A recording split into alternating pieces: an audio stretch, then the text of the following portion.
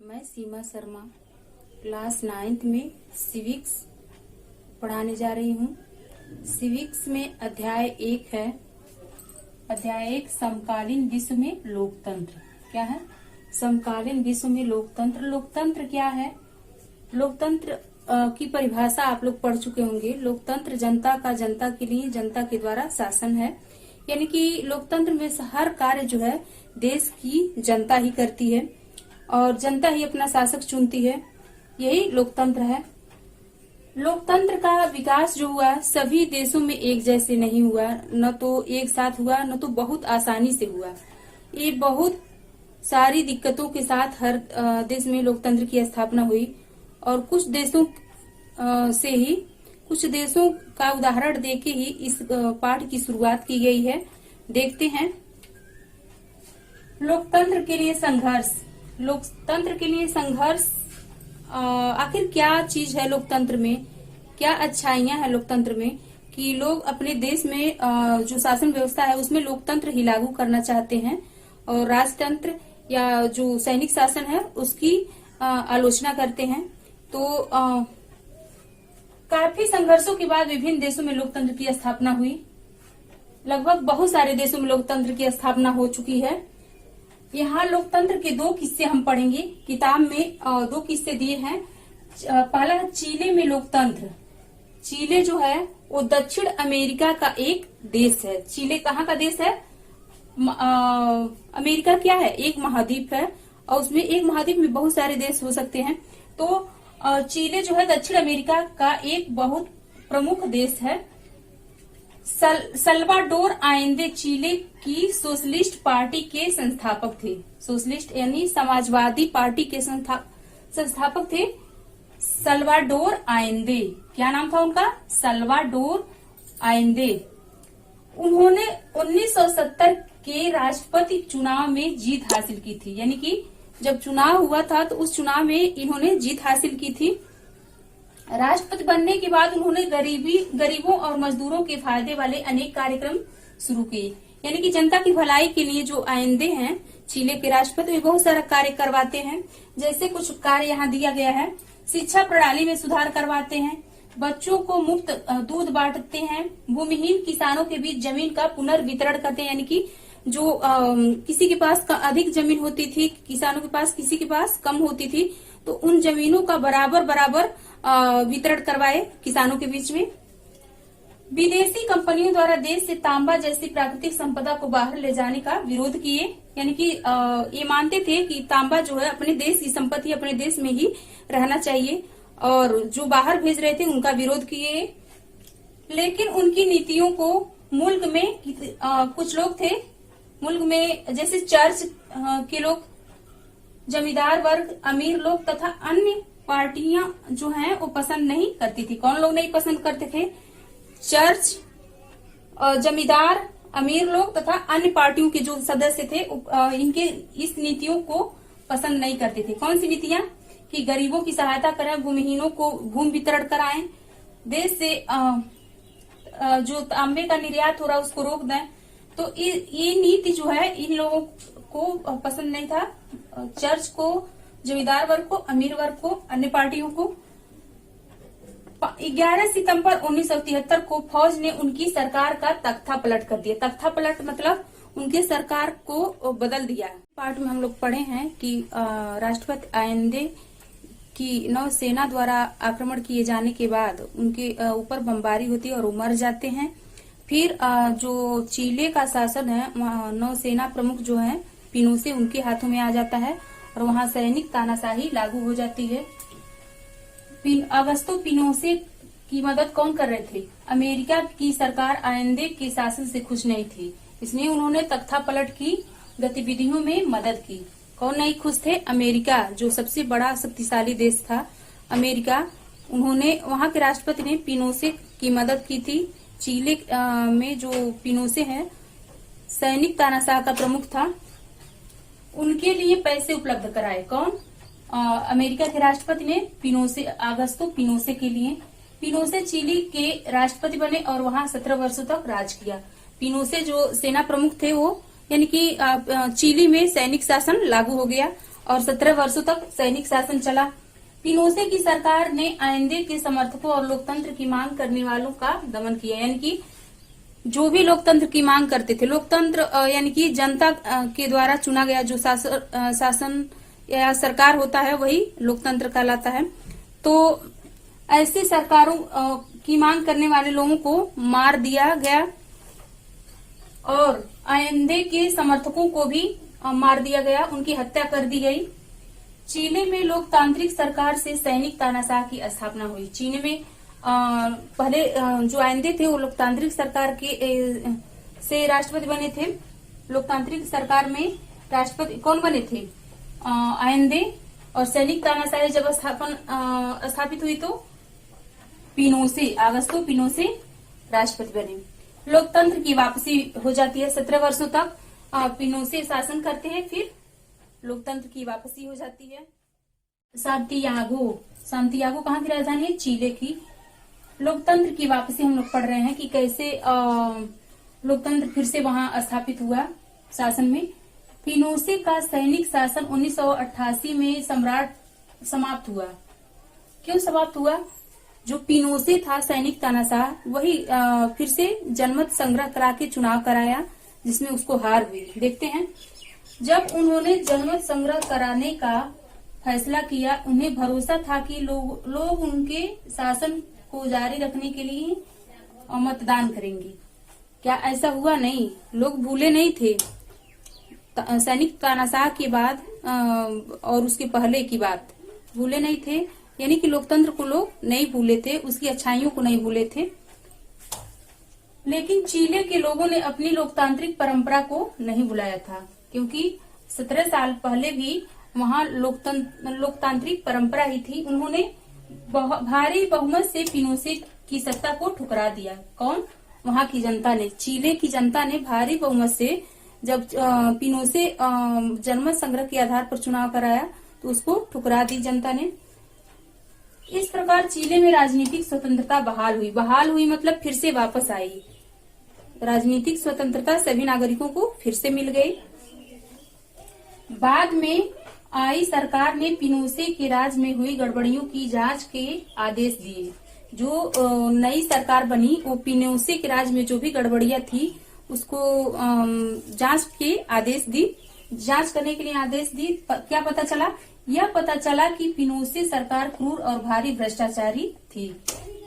जब जांच हुई तो पता चला कि जो पिनोशे की सरकार, चूंकि पिनोशे कौन था? सैनिक तानाशाह था, तो उसके राज में बहुत ज्यादा गड़बड़ी हुई थी। वो भ्रष्ट था और क्रूर भी था।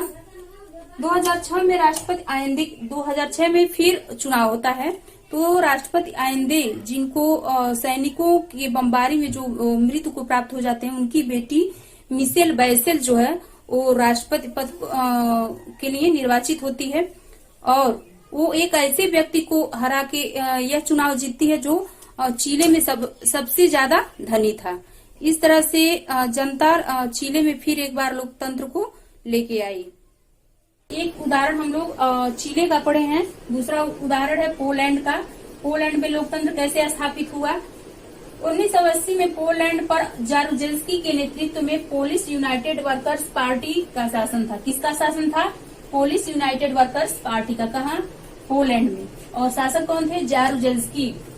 इस देश में किसी अन्य राजनीतिक दल को राजनीति में भाग लेने की अनुमति नहीं थी। किस देश में? पोलैंड में। लोग साम्यवादी शासन या दल के पदाधिकारियों का चुनाव अपनी इच्छा से नहीं कर सकते थे, यानी कि वहाँ लोकतंत्र नहीं था। कि लोकतंत्र में क्या होता है? शासक को खुद जनता चुनती है, लेकिन ऐसा कोई प्रावधान वहाँ नहीं था। और नेताओं या पार्टी या सरकार के खिलाफ आवाज उठाने वालों को जेल में डाल दिया जाता था। और जो भी शासन के कार्यों का विरोध करते थे तो उनको जेल में डाल दिया जाता था, यानी कि तानाशाही थी। पोलैंड की सरकार को एक बड़े देश साम्यवादी देश सोवियत संघ का समर्थन हासिल था। किसका समर्थन हासिल था? सोवियत संघ का। पोलैंड को किसका समर्थन हासिल था? सोवियत संघ का। और वही इस पर नियंत्रण भी करता था। कौन नियंत्रण करता था? सोवियत संघ। अब एक घटना घटी, लेनिन जहाज कारखाना के मजदूरों का हड़ताल। देखते हैं इसके बारे में। 14 अगस्त 1980 को डास्क शहर में स्थित लेनिन जहाज कारखाना के मजदूरों ने हड़ताल कर दिया। क्यों किया? क्योंकि एक महिला क्रेन चालक को गलत तरीके से काम से निकाल दिया गया था। कानून के अनुसार हड़ताल की इजाजत नहीं थी। वहाँ की सरकार जो थी ये आदेश नहीं दी थी कि कोई हड़ताल करेगा, क्योंकि वहाँ के कानून में भी ये बात नहीं लिखी थी, क्योंकि देश में शासक दल से अलग किसी स्वतंत्र मजदूर संघ की कोई अनुमति नहीं थी। यानी कि ऐसा नहीं था शासक के अलावा कोई अन्य संघ बना ले, इतनी अनुमति नहीं थी। जहाज कारखाने का इलेक्ट्रीशियन लेक वालेसा जो है, जो इसी कारखाना में काम करता था, इलेक्ट्रीशियन था ये, उसे 1976 में काम से निकाल दिया गया था। कब निकाला गया था? 1976 में। हड़ताली कर्मचारियों के बड़ी मांगों में उनके साथ हो लिया। कौन हो लिया? लेक वालेसा, जिसको पहले ही काम से निकाल दिया गया था, वो हड़ताली मजदूरों के साथ हो लिया मतलब इनका साथ देने लगा। हड़ताल को समर्थन बढ़ता गया, यानी कि हड़ताल में ज्यादा से ज्यादा मजदूर लोग शामिल होते गए और जल्द ही यह पूरे शहर में फैल गया। जो हड़ताल था लेनिन जहाज कारखाने के मजदूरों का, वो पूरे शहर में फैल गया, यानी कि सारे मजदूर उस हड़ताल में शामिल होने लगे। अब मजदूरों ने ज्यादा बड़ी मांगे करनी शुरू कर दी। कहाँ के मजदूरों ने? लेनिन जहाज कारखाना के मजदूरों ने जो मांग था उससे बड़ी बड़ी मांगे शुरू कर दी, क्योंकि उनका समर्थन बढ़ता गया, लोग उसमें अधिक संख्या में शामिल होते गए, अतः वे अपनी मांगे भी बड़ा करने लगे। उन्होंने मजदूर संघ बनाने की मांग की तथा राजनीतिक बंदियों को रिहा करने की मांग की। कौन? जो मजदूर हड़ताल पर बैठे थे, दो मांग की ये। पहला कौन सा था? मजदूर संघ बनाने का, चूंकि संघ बनाने का कानूनी अनुमति नहीं था, इसलिए संघ बनाने की मांग की। और जो राजनीतिक बंदियों को जेलों में बंद कर दिया गया था, उनको रिहा करने की मांग की। यह आंदोलन इतना लोकप्रिय हो गया कि सरकार को हार माननी पड़ी। कौन सा आंदोलन? जो मजदूर आंदोलन कर रहे थे, इसमें इतने ज्यादा लोग शामिल होते जा रहे थे कि बहुत ज्यादा लोकप्रिय माना गया और सरकार को हार माननी पड़ी। सरकार को उससे समझौता करनी पड़ी, जिसे डास्क संधि कहते हैं। क्या कहते हैं? डास्क संधि। मजदूरों ने सरकार से 21 सूत्री मांग की। जो समझौता हुआ उसमें 21 मांगों को रखा गया था और हड़ताल समाप्त हो जाती है। इस मांग के बाद एक नया मजदूर संगठन बना। मजदूरों ने मांग की थी, जो हड़ताल हुई थी उसमें मांग की थी कि जो बंदी है उनको रिहा किया जाए और नए मजदूर संघ बनाने का जो वो है उसको आदेश दिया जाए। एक नया मजदूर संघ बना जिसे सोलिडरनोस्ट कहा गया है। हिंदी में सोलिडरनोस्ट कहा गया। एक वर्ष बाद इसी का अंग्रेजी नाम है सोलिडेरिटी। क्या नाम है? सोलिडरनोस्ट का अंग्रेजी है सोलिडेरिटी। का विस्तार पूरे देश में हो गया और लगभग 1 करोड़ लोग उसके सदस्य हो गए। जो मजदूरों का संघ बना उसके सदस्य कितने लोग हुए? 1 करोड़। जारुजेल्स्की के नेतृत्व वाली सरकार एकदम बौखला गई। क्यों? क्योंकि सरकार जो ये मजदूर संघ था, सरकार के भ्रष्टाचार और उसके बातें, जो कुप्रबंध की बातें थी, सबके सामने ला देते थे। इस वजह से जो सॉलिडेरिटी थी उसके ऊपर जो जारुजेल्स्की की सरकार थी वो बौखला गई और मार्शल लॉ घोषित कर दी, क्योंकि इनके बुराइयों को, जितने भी जारुजेल्स्की सरकार की बुराइयां थी, सब सॉलिडेरिटी जो था वो सबके सामने लाके रख दिया और जो सत्ता में बैठे लोग थे उनकी परेशानियां बढ़ती गई। इस वजह से लोग बौखला गए। सॉलिडेरिटी के हजारों सदस्यों को जेल में डाल दिया गया। मार्शल लॉ में क्या होता है? बहुत सारे प्रतिबंध लगते हैं, तो जो सॉलिडेरिटी के सदस्य थे उनमें से हजारों लोगों को जेल में डाल दिया जाता है। संगठन और जो संगठन बनाने की आजादी होती है, विरोध करने की आजादी होती है और अपनी बात कहने की आजादी होती है, ये मजदूरों से छीन ली जाती। इस आजादी के छीनने के बाद फिर जो मजदूर संघ है 1988 में सॉलिडेरिटी ने फिर से हड़ताल शुरू करवाई और ये भी हड़ताल लेक वालेसा के ही नेतृत्व में हुआ। लेक वालेसा जो था वो लेनिन जहाज कारखाना का एक इलेक्ट्रीशियन था। जो मजदूर हड़ताल का नेतृत्व कर रहा है। सोवियत संघ की मदद लेक वालेसा ने की। इस हड़ताल का भी जो नेतृत्व करने वाला था वो लेक वालेसा ही था। इस समय की पोलैंड की सरकार पहले से कमजोर थी। जो इस समय दूसरी बार जब हड़ताल हुई तो पोलैंड की सरकार पहले जैसे मजबूत नहीं रही, वो कमजोर हो चुकी थी, उसकी आर्थिक स्थिति खराब हो चुकी थी, उसे सोवियत संघ का सहयोग भी नहीं मिल रहा था। इस तरह से जो जारुजेल्स्की की सरकार थी वो मजदूर संगठन की मांगों को मानने के लिए तैयार हो गई। फिर सरकार और लेक वालेसा के साथ समझौता हुआ और इसमें स्वतंत्र चुनाव की मांग की गई। इसकी मांग की गई कि स्वतंत्र रूप से चुनाव कराया जाए। यह मांग जो है मान ली गई। सॉलिडेरिटी ने सीनेट के सभी 100 सीटों के लिए चुनाव लड़ा। 100 सीट थे सीनेट में और सबके लिए सॉलिडेरिटी ने चुनाव लड़ा और 99 सीटों में जीत हासिल हुई। और फिर 1990 में राष्ट्रपति पद के लिए चुनाव हुआ। 1990 में राष्ट्रपति पद के लिए चुनाव होता है तो उसमें लेक वालेसा पोलैंड के राष्ट्रपति बनते हैं, यानी कि राष्ट्रपति के उम्मीदवार जो लेक वालेसा है मजदूर संघ का नेता, वो बन जाते हैं। इस तरह पोलैंड में फिर से लोकतंत्र शासन लागू हो जाता है। लोकतंत्र की दो विशेषताओं के बारे में जानने से पहले हम लोग देखते हैं लोकतंत्र क्या है। लोकतंत्र सरकार का वह रूप है जिसमें लोग अपनी मर्जी से सरकार चुनते हैं, अर्थात अब्राहम लिंकन की परिभाषा को ही दूसरे रूप में लिखा गया है। अब्राहम लिंकन की परिभाषा है लोकतंत्र जनता का, जनता के द्वारा, जनता के लिए शासन है। तो लोकतंत्र, इसका तात्पर्य यही हुआ लोकतंत्र सरकार का वह रूप है जिसमें लोग अपनी मर्जी के अनुसार शासक को चुनते हैं या सरकार को चुनते हैं। लोकतंत्र की दो विशेषताएं। पहली विशेषता है सिर्फ चुने गए नेताओं को ही देश का शासन चलाने का अधिकार होना चाहिए। लोकतंत्र की पहली विशेषता क्या है? सिर्फ चुने गए नेताओं को ही देश का शासन चलाना चाहिए। और दूसरी विशेषता है लोगों को अभिव्यक्ति की आजादी होनी चाहिए। अभिव्यक्ति मतलब अपनी बात कहने की आजादी होनी चाहिए और संगठन बनाने की आजादी होनी चाहिए, जैसा कि पोलैंड के बारे में हम लोग पढ़े इसके पहले।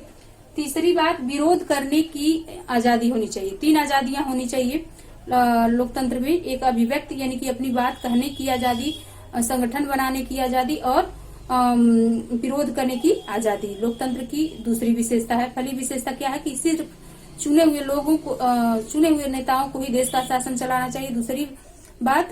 दूसरी विशेषता क्या है कि अभिव्यक्ति करने की आजादी होनी चाहिए और अभिव्यक्त करने की आजादी, संगठन बनाने की आजादी और विरोध करने की आजादी होनी चाहिए।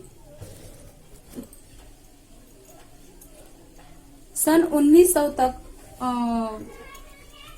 अभी देखते हैं लोकतंत्र के 3 नक्शे।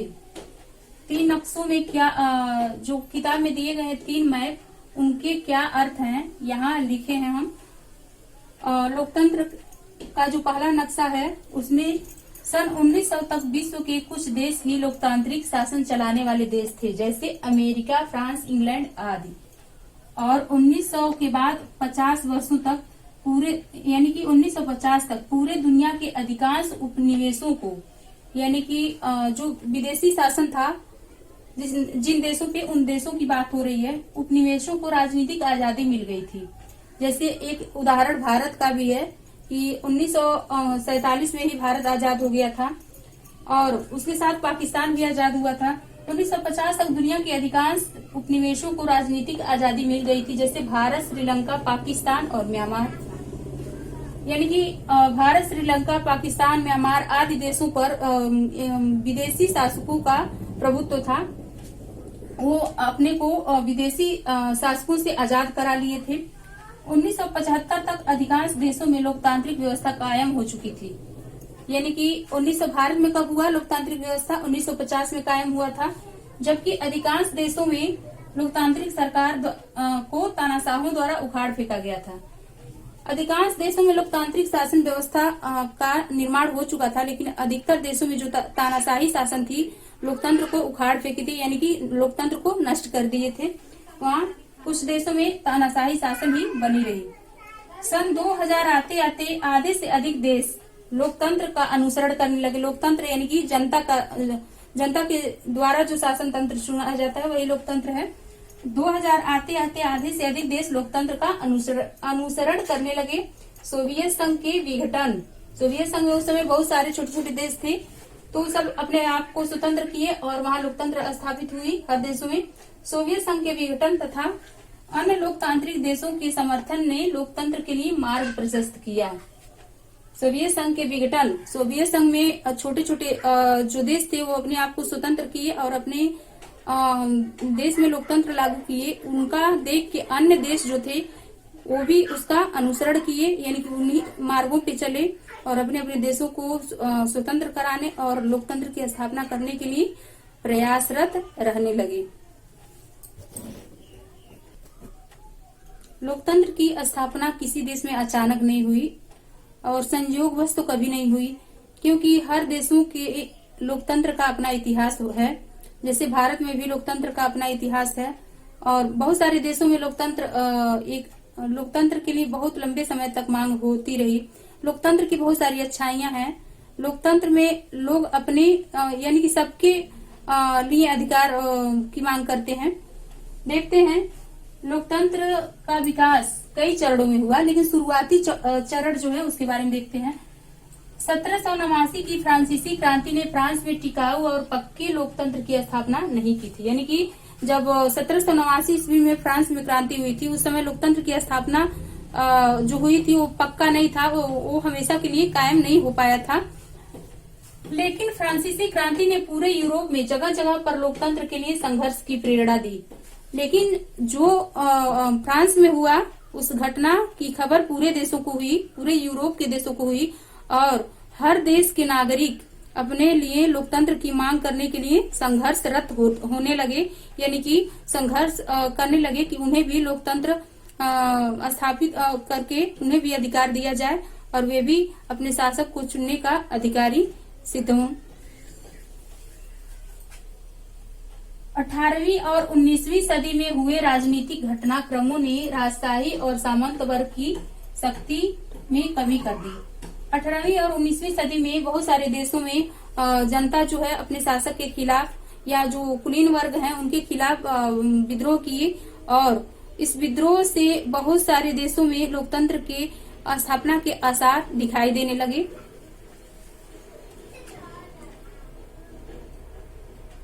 उन्नीस में उत्तरी अमेरिका ने ब्रिटिश उपनिवेशों से खुद को आजाद कर लिया। यहाँ अब हम बात कर रहे हैं उत्तरी अमेरिका की। उत्तरी अमेरिका जो 1776 में अपने आप को ब्रिटिश शासन से आजाद कर लिया। जैसे भारत पर ब्रिटिश शासन था, भारत अंग्रेजों का गुलाम था, वैसे उत्तरी अमेरिका भी अंग्रेजों का गुलाम था और 1776 में ये आजाद हो गया और एक साथ मिलकर संयुक्त राज्य अमेरिका अर्थात आधुनिक अमेरिका का गठन हुआ। जब आजाद हुआ उसके बाद आधुनिक जो अमेरिका है उसका गठन हुआ। 1787 ईस्वी में उन्होंने एक लोकतांत्रिक संविधान को मंजूर किया। कौन? उत्तरी अमेरिका। उत्तरी अमेरिका में लोकतांत्रिक संविधान लागू हुआ। कब? 1787 में। 1776 में ये स्वतंत्र होता है। लेकिन इस व्यवस्था में भी कमी थी। क्या कमी थी? बस वोट देने का अधिकार पुरुषों तक ही सीमित था, महिलाओं को वोट देने का अधिकार नहीं था। अब जो लोकतंत्र के लिए संघर्ष करने वाले लोग थे उसमें सभी वयस्कों को वोट देने के अधिकार की मांग करने लगे, चाहे वह स्त्री हो पुरुष हो। जो भी स्त्री पुरुष हैं सभी वयस्क मतलब स्त्री पुरुष जो वोट देने के लायक हैं उनको वोट देने का अधिकार की मांग की जाने लगी। अमीर हो गरीब हो, श्वेत हो अश्वेत हो, सबको मतदान के अधिकार की मांग कर सब लोग क्या कर रहे थे? ये अधिकार की मांग कर रहे थे कि हमें भी वोट देने का अधिकार होना चाहिए। इसे ही सार्वभौमिक वयस्क मताधिकार कहते हैं या सार्वभौम मताधिकार कहते हैं। सभी वयस्कों को वोट देने के अधिकार को ही क्या कहते हैं? सार्वभौम वयस्क मताधिकार या सार्वभौमिक वयस्क मताधिकार कहते हैं। यूरोप, उत्तरी अमेरिका और दक्षिणी अमेरिका के देशों में लोकतंत्र की स्थापना सबसे पहले हुई। यूरोप के देशों में हुई, उत्तरी अमेरिका और दक्षिणी अमेरिका, यानी 3 महाद्वीपों में लोकतंत्र की स्थापना सबसे पहले हुई। लोकतंत्र के विकास के चरण में शुरुआती दौर के बाद उपनिवेशवाद का अंत कैसे होता है, इसके बारे में हम लोग पढ़ेंगे कि कैसे संसार के विभिन्न देशों से ब्रिटिश शासन का अंत होता है। 1945 में द्वितीय विश्व युद्ध के तत्काल बाद अनेक देशों ने लोकतांत्रिक शासन व्यवस्था अपना ली, यानी कि पहला विश्व युद्ध 1914 से 1918 तक चला था। दूसरा विश्व युद्ध 1939 से 1945 तक चला था, यानी कि दूसरा विश्व युद्ध जब समाप्त हुआ तब संसार के अधिकतर देशों में लोकतांत्रिक व्यवस्था कायम होने लगी थी, जबकि अधिकांश देशों में लोकतंत्र अधिक समय तक कायम नहीं रह सकी। कई देशों में तो स्थापना हुआ, लेकिन कुछ समय के बाद ही फिर से सैनिक तख्तापलट हो जाता है या फिर राजतंत्र लागू हो जाता है। पश्चिम अफ्रीका का घाना देश ब्रिटिश उपनिवेशवाद का एक अंग था, यानी कि ब्रिटिश उपनिवेश था तथा इसका नाम गोल्ड कोस्ट था। घाना का दूसरा नाम क्या था? Gold Coast. और इस पर ब्रिटेन के लोगों का शासन था, किस पे?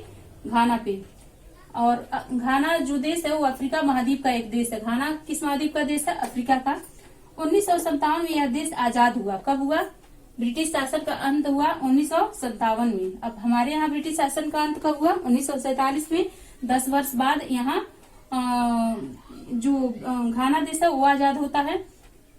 यह अफ्रीका के सबसे पहले आजादी पाने वाला देश था, यानी कि अफ्रीका महाद्वीप में जितने भी उपनिवेश थे, ब्रिटिश उपनिवेश, उसमें सबसे पहले आजादी पाने वाला देश घाना ही था। घाना की राजधानी कहाँ है? अक्रा। आजादी के बाद एनक्रूमा, जिन्होंने घाना की आजादी के लिए लड़ाई में सक्रिय भूमिका निभाई, एनक्रूमा जो था घाना की लड़ाई में सक्रिय भूमिका निभाया था। घाना के पहले प्रधानमंत्री और फिर राष्ट्रपति बनेगा। जो लोकतंत्र की लड़ाई हो रही थी, आजादी की लड़ाई हो रही थी घाना में, उसका नेता कौन था? एनक्रूमा था। और जब घाना स्वतंत्र हो गया तो उसके बाद वही प्रधानमंत्री बना और फिर बाद में राष्ट्रपति पद को संभाला। उन्होंने अपने को आजीवन राष्ट्रपति के लिए चुनवा लिया। कौन? एनक्रूमा। एनक्रूमा जो था घाना का एक नेता था जो आजादी की लड़ाई में सक्रिय भूमिका निभाया और स्वतंत्र होने के बाद अपने आप को देश का आजीवन राष्ट्रपति चुनवा लिया था। लेकिन थोड़े समय बाद ही 1966 में सेना ने उनका तख्ता पलट कर दिया, यानी कि थोड़े ही दिन बाद वहां सैनिकों का शासन हो जाता है। घाना की तरह अधिकांश अफ्रीकी देशों का रिकॉर्ड इसी तरह रहा, यानी कि घाना में जैसे लोकतांत्रिक शासन के बाद सैनिक तख्ता पलट हो जाता है, ऐसे घाना अफ्रीका महाद्वीप के बहुत सारे देश घाना के जैसे ही हैं, जहां सैनिक तख्ता पलट हो जाता है। लोकतंत्र की स्थापना तो होती है, लेकिन बाद में फिर सैनिक शासन लागू हो जाता है या फिर राजतंत्र लागू हो जाता है। लोकतंत्र के विकास के हाल का दौर, इसमें अलग अलग देशों की अलग अलग बातें की गई हैं। सबसे पहले सोवियत संघ की बात की गई है। लोकतंत्र की दिशा में सबसे ज्यादा तेजी से कदम उठाने का सिलसिला 1990 के बाद हुआ। कब हुआ? 1990 के बाद, यानी कि 1990 के बाद अधिकतर देशों में लोकतंत्र अपनाने का सिलसिला जारी रहा। सोवियत संघ के बिखराव के कारण यह प्रक्रिया और तेज हो गई। सोवियत संघ छोटे छोटे देशों को मिलाकर बना था, बहुत बड़ा राज्य, तो उससे जो छोटे छोटे देश थे अलग होने लगे, अपने आप को स्वतंत्र करने लगे और अपने देश में लोकतांत्रिक व्यवस्था को लागू करने लगे। सोवियत संघ में कुल 15 गणराज्य थे जो स्वतंत्र देशों के रूप में सामने आए। सोवियत संघ में कितने गणराज्य थे? 15 गणराज्य थे, जिनमें अधिकांश देशों ने लोकतांत्रिक व्यवस्था को ही अपनाया। 15 गणराज्यों में से अधिकांश देशों ने अपने आप को स्वतंत्र किया और लोकतांत्रिक व्यवस्था को ही अपनाया अपने देश में। लातीन अमेरिका के अनेक देशों में लोकतांत्रिक व्यवस्था बहाल हुई, यानी कि अमेरिका महाद्वीप के देशों में भी बहुत सारे देशों में जो लोकतांत्रिक व्यवस्था है वो फिर से वापस आई। बहाल होना मतलब वापस आना। अब पाकिस्तान के बारे में पढ़ेंगे हम लोग। 1990 के दशक में ही, दशक मतलब 10 वर्ष होता है, दशक में ही पाकिस्तान और बांग्लादेश में सैनिक शासन की जगह लोकतंत्र का आगमन हुआ। पाकिस्तान और बांग्लादेश में सैनिक शासन पहले था, लेकिन बाद में क्या आया, लोकतंत्र आया। लेकिन ये बदलाव अस्थायी नहीं थे, ये बदलाव अस्थायी नहीं थे, यानी कि बहुत दिनों तक नहीं रह सके। 1999 में जनरल मुशर्रफ ने पाकिस्तान में फिर से सैनिक शासन कायम किया। कौन सा सैनिक शासन कायम किया, कहाँ पे? 1999 में जनरल मुशर्रफ यानी कि सेना प्रमुख पाकिस्तान में सैनिक शासन कायम किए। कब? 1999 में। अब नेपाल की कुछ बातें देखते हैं। नेपाल में राजा ने अपने अनेक अधिकार चुने हुए प्रतिनिधियों की सरकार को सौंप दिया। कौन? पहले नेपाल में राजतंत्र की व्यवस्था थी, तो जो राजा थे अपने बहुत सारे अधिकार चुने हुए प्रतिनिधियों को दे दिए और अपने संवैधानिक प्रमुख बन बैठे। 2005 में नेपाल के नए राजा चुनी हुई सरकार को बर्खास्त कर दिया। जो नए राजा बने वो जो पहले से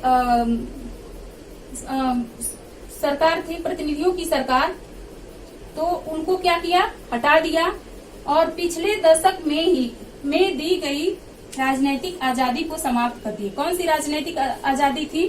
कि जो राजा अपने चुने हुए प्रतिनिधियों को सरकार अपने बहुत सारे अधिकार दे दिए और अपने संवैधानिक प्रमुख बन बैठे थे, तो ये अधिकार जो पिछले राजा दिए थे, जो नए राजा चुने गए, वो उसको फिर से वापस ला दिए, यानी कि वो अधिकार हटा दिए। म्यांमार के बारे में पढ़ते। म्यांमार भी भारत का एक पड़ोसी देश है। 1948 में भारत का पड़ोसी देश म्यांमार औपनिवेशिक शासन से आजाद हुआ। और भारत कब आजाद हुआ था? 1947 में। 1948 में म्यांमार आजाद हुआ, यानी कि 1 साल बाद। इसने लोकतंत्र को अपनाया, म्यांमार ने भी लोकतंत्र को अपनाया, लेकिन 1962 ईस्वी में सैनिक तख्तापलट से लोकतंत्र का अंत हो गया। म्यांमार में सैनिक शासन लागू हो गया और लोकतंत्र की समाप्ति हो गई। 1990 में आंग सान सू ची, ये नाम है, की अगुवाई वाली नेशनल लीग फॉर डेमोक्रेसी ने चुनाव जीते। 1990 में चुनाव हुआ। आंग सान सू ची की अगुवाई, ये एक नेता थे म्यांमार के, और नेशनल लीग फॉर डेमोक्रेसी ने चुनाव जीता। परंतु म्यांमार के फौजी शासकों ने सत्ता छोड़ने से इनकार कर दिया। वहां चुनाव हुए, लेकिन जो वहां फौजी शासन पहले से मौजूद थी, वो सत्ता छोड़ने के लिए तैयार नहीं थे, सत्ता छोड़ने से इनकार कर दिया। चुनाव के परिणामों को मान्यता नहीं दी। जो वहां सैनिक सत्ता वाले लोग थे, वो चुनाव के परिणामों को मान्यता नहीं दिए, बल्कि उन्होंने सू ची समेत चुने गए लोकतांत्रिक समर्थक नेताओं को जेल में डाल दिया या उनके घरों में ही नजरबंद कर दिए। यानी कि लोकतांत्रिक नेता, जितने लोग लोकतांत्रिक शासन तंत्र में विश्वास रखते थे, उनको जेल में डाल दिया या फिर उनके घरों में ही नजरबंद कर दिया। सरकार के खिलाफ बोलने वाले को 20 साल की उम्र कैद की सजा होती थी।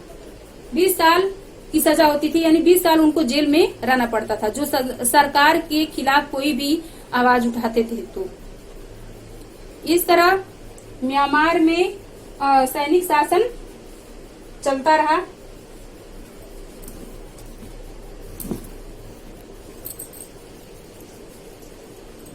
म्यांमार की फौजी सरकार के कार्यों से तंग आकर 6 से 7 लाख लोगों ने अपना घर बार छोड़ दिया। किन कार्यों से तंग आए थे लोग? उनके जो लोकतांत्रिक लोग थे, उनको जेलों में डालने से, और जो लोकतांत्रिक लोग थे उनको उनके घरों में नजरबंद रखा गया था। उनको बाहर निकलने से मनाही थी।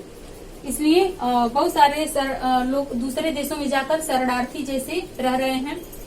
नजरबंदी की सजा झेलने के बाद भी सू ची ने लोकतंत्र के लिए अपना अभियान जारी रखा। सू ची जो थे वो लोकतंत्र के पक्षधर थे, एक नेता थे जो चाहते थे कि देश में लोकतांत्रिक शासन व्यवस्था लागू हो, और उनका अभियान बाद में भी जारी रहा। जब वहाँ सैनिक शासन लागू हो गया, फिर भी ये नजरबंदी से उबरने के बाद फिर लोकतंत्र शासन व्यवस्था लागू करने के लिए संघर्षरत हो गए। उनके संघर्षों को अंतर्राष्ट्रीय स्तर पर मान्यता मिली। किनके संघर्षों को? सू ची को, जो एक नेता थे, कहाँ के?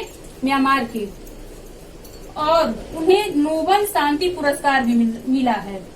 इनको मिला है सूची को, जो म्यांमार के लोकतंत्र के समर्थक थे, सूची को शांति के लिए नोबेल पुरस्कार मिला है। म्यांमार में लोकतांत्रिक सरकार कायम रखने का संघर्ष अभी भी जारी है। अभी भी म्यांमार के लोग ये चाहते हैं कि उनके देश में लोकतांत्रिक शासन व्यवस्था लागू हो जाए। 2005 तक करीब 140 देश में बहुदलीय प्रणाली के तहत चुनाव कराए जाते थे। यह संख्या 2005 तक जो थी, इसके पहले कभी भी इतनी अधिक नहीं थी। यानी कि कभी भी 2005 तक, यानी कहने का मतलब बहुत सारे देशों में लोकतंत्र व्यवस्था कायम हो गई, जिसमें बहुदलीय प्रणाली के द्वारा चुनाव कराया जाता था। इस तरह म्यांमार में के लोग अभी भी लोकतंत्र व्यवस्था को कायम करने के लिए संघर्षरत हैं। अंतर्राष्ट्रीय संगठन, अंतर्राष्ट्रीय संगठन क्या है देखते हैं। दुनिया में ऐसी कोई सरकार नहीं है जिसके द्वारा बनाए गए कानून दुनिया भर के लोगों पर लागू होते हैं। किसी भी देश में ऐसे कानून नहीं है जो हर देशों के ऊपर लागू किया जा सके, लेकिन दुनिया में ऐसी संस्थाएं हैं जो आंशिक रूप से ऐसी सरकार के कुछ काम करती है। ये संगठन विभिन्न देशों और लोगों पर उस तरह का नियंत्रण नहीं रख सकते जैसा कोई सरकार रख सकती है। यानी कि जैसा उस देश की सरकार उस पर रखती है, वैसा नियंत्रण ये संस्थाएं नहीं रख सकती। लेकिन ये संस्थाएं ऐसे नियम बनाते हैं जो सरकारों के कामकाज की सीमा तय करते हैं। यानी कि उस सीमा के अंतर्गत, यानी कि लिमिट के अंतर्गत ही रह के हर देश की सरकार को अपना काम करना पड़ता है। और ये जो संस्थाएं हैं उनके लिए दिशा निर्देश देती हैं। अन्य देशों के जितने भी देश हैं उनके सरकार को दिशा निर्देश देती है। विभिन्न अंतर्राष्ट्रीय संगठन है इस तरह के। कौन कौन से हैं? संयुक्त राष्ट्र संघ, द्वितीय विश्व युद्ध के बाद भावी पीढ़ी को युद्ध से बचाने के लिए जो संस्था बनी वो संयुक्त राष्ट्र संघ है। इसके बहुत सारे लाभ देखने को मिला है। चलिए पढ़ते हैं इसके बारे में। वैश्विक संघ, ये जो संयुक्त राष्ट्र संघ है एक वैश्विक संगठन है। वैश्विक मतलब विश्व के स्तर का संगठन है जो अंतर्राष्ट्रीय कानून, सुरक्षा, आर्थिक और सामाजिक समता के मामले में परस्पर सहयोग स्थापित करने में मदद करता है। कौन? संयुक्त राष्ट्र संघ विश्व के सभी देशों में शांति और सुरक्षा बनाए रखना, आर्थिक और सामाजिक समता बनाए रखना, और बहुत सारे मामले आते हैं युद्ध के मामले, उनमें उनको दूर करना संयुक्त राष्ट्र संघ का काम है। संयुक्त राष्ट्र संघ के महासचिव इसके प्रशासनिक अधिकारी होते हैं। संयुक्त राष्ट्र संघ के महासचिव जो होते हैं वो मुख्य प्रशासनिक अधिकारी होते हैं। इस समय जो महासचिव हैं एंटोनियो गुटेरस हैं। इसके प्रमुख अंग है साधारण सभा, सुरक्षा परिषद, आर्थिक व सामाजिक परिषद, संरक्षण परिषद, अंतर्राष्ट्रीय न्यायालय और सचिवालय।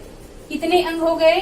साधारण सभा, सुरक्षा परिषद, आर्थिक व सामाजिक परिषद, संरक्षण परिषद, अंतर्राष्ट्रीय न्यायालय और सचिवालय। संयुक्त राष्ट्र संघ की स्थापना कब हुई थी? 1945 में। जब द्वितीय विश्व युद्ध समाप्त हुआ तब संयुक्त राष्ट्र संघ की स्थापना हुई थी।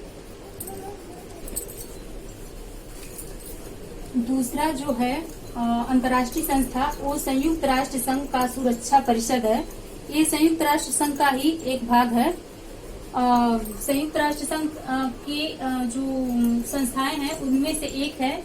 यह संयुक्त राष्ट्र संघ की ही एक संस्था है। कौन? सुरक्षा परिषद। इसका मुख्य कार्य अंतर्राष्ट्रीय शांति और सुरक्षा बनाए रखना है। किसका? संयुक्त राष्ट्र संघ का मुख्य कार्य क्या है?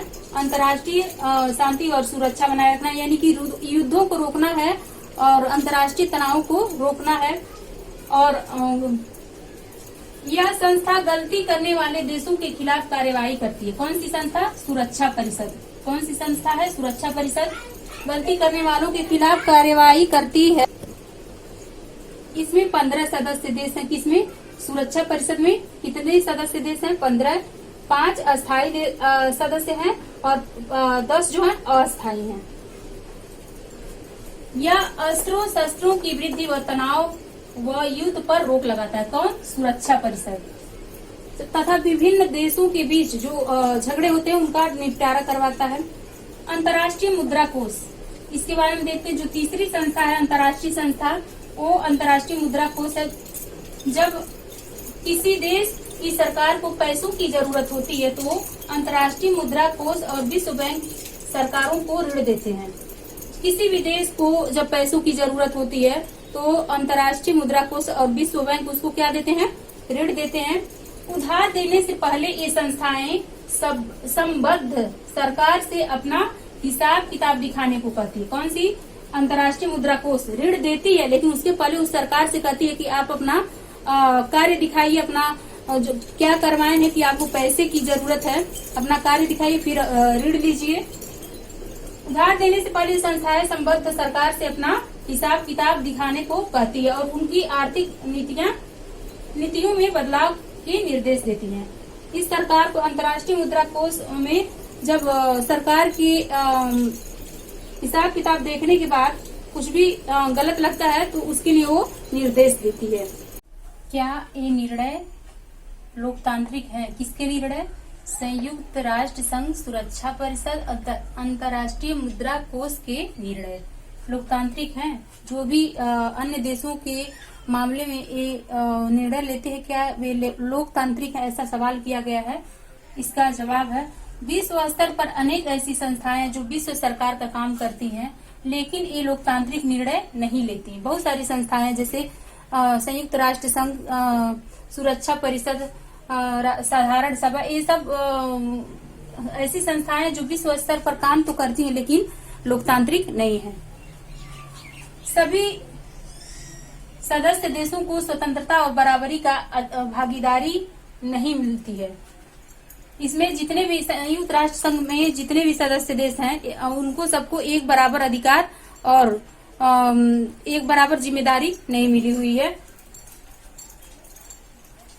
संयुक्त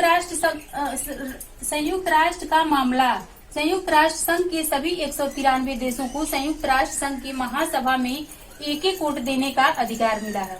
जितने भी 193 देश इस समय इसके सदस्य हैं तो सबको महासभा में एक एक वोट देने का अधिकार मिला है। महासभा जो संयुक्त राष्ट्र संघ का ही एक अंग है का स्वतंत्र स्वरूप संसद की तरह है। महासभा जो है संयुक्त राष्ट्र संघ का अंग, उसका स्वरूप कैसे है? जैसे हमारे यहाँ संसद है जिसमें सभी तरह की चर्चाएं होती हैं।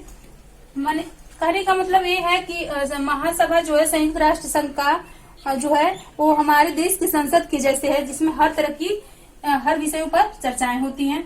इसकी बैठक सदस्य देश के चुने गए प्रतिनिधियों की अगुवाई में हर साल होता है। किसकी बैठक? महासभा की बैठक सदस्य देश के चुने गए प्रतिनिधियों की अगुवाई में हर साल होता है। विभिन्न देशों के बीच टकराव होने पर महासभा कोई कार्यवाही नहीं कर सकती, यानी कि टकराव के मामले में महासभा को कोई अधिकार नहीं मिला है कि कोई कार्यवाही कर सके। महासभा क्या है? संयुक्त राष्ट्र संघ का एक अंग है। सुरक्षा परिषद में 15 सदस्य हैं। जैसा इसके पहले हम बताएं, सुरक्षा परिषद में 15 सदस्य हैं, 5 अस्थायी है और 10 अस्थायी। 5 अस्थायी सदस्य जो है वो अमेरिका है, ब्रिटेन है, रूस है, फ्रांस है और चीन है। कौन कौन से हैं? अमेरिका, ब्रिटेन, रूस, फ्रांस और चीन। अस्थायी सदस्य कितने हैं? 5 और बाकी 10 जो हैं अस्थायी। कुल कितने सदस्य हैं? 15। सुरक्षा परिषद में 15 सदस्य हैं, 5 अस्थायी सदस्य हैं, अमेरिका, ब्रिटेन, रूस और चीन। अस्थायी सदस्यों को वीटो अधिकार मिला है, अर्थात निषेधाधिकार मिला है। जो 5 अस्थायी सदस्य हैं अमेरिका, ब्रिटेन, रूस, फ्रांस और चीन को निषेधाधिकार मिला है। कोई भी अस्थायी सदस्य यानी कि 5 में से कोई देश अगर इस अधिकार का प्रयोग करता है तो सुरक्षा परिषद में उसकी मर्जी के खिलाफ कोई फैसला नहीं हो सकता। अगर कोई भी सुरक्षा परिषद में कोई भी निर्णय लिया जा रहा है, एक सदस्य अगर मना कर दे तो वो निर्णय मतलब फैसला नहीं लिया जा सकता। इसलिए संयुक्त राष्ट्र संघ को ज्यादा लोकतांत्रिक बनाने वाले देशों और लोगों की संख्या बढ़ती जा रही है। संयुक्त राष्ट्र संघ लोकतांत्रिक नहीं है क्योंकि उसमें कुछ सदस्यों को ही विशेष अधिकार मिला है, इसलिए उसे लोकतांत्रिक बनाने के लिए और देशों के लोगों और देश क्या कर रहे हैं? प्रयास कर रहे हैं। विश्व बैंक का मामला, विश्व बैंक में भी वोटिंग की ऐसी ही प्रणाली है जैसे संयुक्त राष्ट्र संघ में है। विश्व बैंक का अध्यक्ष हमेशा कोई अमेरिकी नागरिक ही रहा है। विश्व बैंक का जो सदस्य होता है, अध्यक्ष होता है, वो हमेशा अमेरिका का नागरिक होता है और उसका चुनाव अमेरिका के वित्त मंत्री ही करते हैं। संयुक्त राष्ट्र संघ के जो सदस्य होते हैं उनको विशेष अधिकार, जो अस्थायी सदस्य हैं उनको विशेष अधिकार मिला है, लेकिन जो अस्थायी हैं उनको उतना अधिकार नहीं मिला है। विश्व बैंक का मामला जो है, विश्व बैंक में भी वोटिंग की ऐसी प्रणाली है जैसे संयुक्त राष्ट्र संघ की है। विश्व बैंक का अध्यक्ष हमेशा कोई अमेरिकी नागरिक ही रहा है, जिसका चुनाव अमेरिका के वित्त मंत्री करते हैं। यानी कि विश्व बैंक का अध्यक्ष हमेशा कौन होता है? अमेरिका का नागरिक होता है। हम लोग पढ़ेंगे बाहरी समर्थन का सवाल। इसमें इराक के एक देश के बारे में हम उसके तानाशाही शासन की कहानी पढ़ेंगे। बाहरी समर्थन का सवाल। इराक पश्चिम एशिया का एक देश है जो 1932 में आजाद हुआ था। किससे आजाद हुआ था? ब्रिटिश शासन के खिलाफ। हमारा देश भी गुलाम था कभी और उसपे अंग्रेजों का अधिकार था, ब्रिटिश शासन का बोलबाला था उस समय। 3 दशक बाद यहाँ फौज ने कई सरकारों का तख्ता पलटा। कौन? फौज ने, यानी कि सैनिक शासन कई सरकारों को हटा दिया। बाथ पार्टी के नेता सद्दाम हुसैन ने 1968 के तख्ता पलट में महत्वपूर्ण भूमिका निभाई। यानी कि जब 1968 में सरकार बदली तो उस समय सद्दाम हुसैन ने महत्वपूर्ण भूमिका निभाई थी और उसी से यह पार्टी सत्ता में आई थी। कौन सी पार्टी? सद्दाम हुसैन की पार्टी सत्ता में आई थी। इस सरकार ने पारंपरिक इस्लामी कानूनों को हटाया। कौन? सद्दाम हुसैन की सरकार जो थी वो जो पारंपरिक, जो पहले से चली आ रही थी इस्लामिक कानून, उसको हटा दिया और औरतों को अनेक ऐसे अधिकार दिए जो अन्य पश्चिम एशियाई देशों में कहीं नहीं दिए गए थे। यानी कि इस्लामी देशों में औरतों को वो अधिकार दिए जो पश्चिम एशियाई देशों में किसी भी देश में औरतों को नहीं मिला था। 1979 में राष्ट्रपति बनने के बाद सद्दाम हुसैन ने अपनी तानाशाही चलाई। यानी कि सद्दाम हुसैन जो है वो अपने मन की करने लगे। 1979 में राष्ट्रपति बने और उसके बाद अपनी मनमानी करने लगे, तानाशाही चलाए। अपने शासन का विरोध करने वालों को सख्ती से दमन किया। यानी कि अपनी शासन का विरोध करने वाले लोगों को मार डलवाया। अमेरिका और ब्रिटेन आदि उसके सहयोगी देशों ने आरोप लगाया कि इराक के पास गुप्त परमाणु हथियार हैं जिससे दुनिया का संहार हो सकता है। कौन आरोप लगाए? अमेरिका, ब्रिटेन और उसके सहयोगी देश। जितने अमेरिका और ब्रिटेन के सहयोगी देश थे सब लोग ये आरोप लगाए कि इराक के पास बहुत खतरनाक हथियार हैं। इराक के पास गुप्त हथियार हैं, परमाणु हथियार, इनसे दुनिया को खतरा है। लेकिन जब संयुक्त राष्ट्र संघ ने जांच करने के लिए अपनी टीम भेजी, संयुक्त राष्ट्र संघ क्या है? अंतर्राष्ट्रीय संस्था है। उसने अपनी टीम भेजी तो ऐसा कुछ नहीं मिला। कहाँ? इराक में। जब संयुक्त राष्ट्र संघ ने अपनी टीम भेजी तो इराक में ऐसा कुछ मिला नहीं, कोई भी परमाणु हथियार वहां नहीं मिले। फिर भी 2003 में अमेरिका और उसके साथी देशों ने इराक पर हमला किया। कौन किया? अमेरिका और उसके कुछ मित्र देशों ने मिलकर इराक पर हमला किया और उस पर कब्जा किया। सद्दाम हुसैन को सत्ता से हटा दिया गया, उसको फांसी दे दी। अमेरिका ने अपने पसंद की अंतरिम सरकार बना दी। कौन? इराक में अमेरिका ने अंतरिम सरकार बने, उसी देश के सदस्यों को मिला के सरकार बना दिया। ऐसा माना जाता है कि तानाशाही सरकार हटाने और लोकतंत्र सरकार की स्थापना के लिए यह जरूरी था। लोग कहते हैं कि ये जरूरी था, लेकिन संयुक्त राष्ट्र संघ के जितने भी संस्थाएं हैं, देखिए क्या कहते हैं। इराक के खिलाफ युद्ध को सुरक्षा परिषद ने भी मंजूरी नहीं दी। सुरक्षा परिषद जो अंतर्राष्ट्रीय युद्धों पर रोक लगाता उसने मंजूरी नहीं दी। क्यों? क्योंकि ये गलत था। अमेरिका और उसके मित्र देश इराक पर हमला करें, उसके शासक को हटाएं और उसमें अपनी अंतरिम सरकार बनाएं, ये सही नहीं था। संयुक्त राष्ट्र संघ के महासचिव कोफी अन्नान, उस समय महासचिव कौन थे? Kofi Annan. इस समय कौन है? एंटोनियो गुटेरस ने कहा कि इराक के खिलाफ अमेरिकी युद्ध गैर कानूनी है। यानी कि कानून के हिसाब से यह युद्ध सही नहीं है, अमेरिका गलत कर रहा है, उसको ऐसा नहीं करना चाहिए।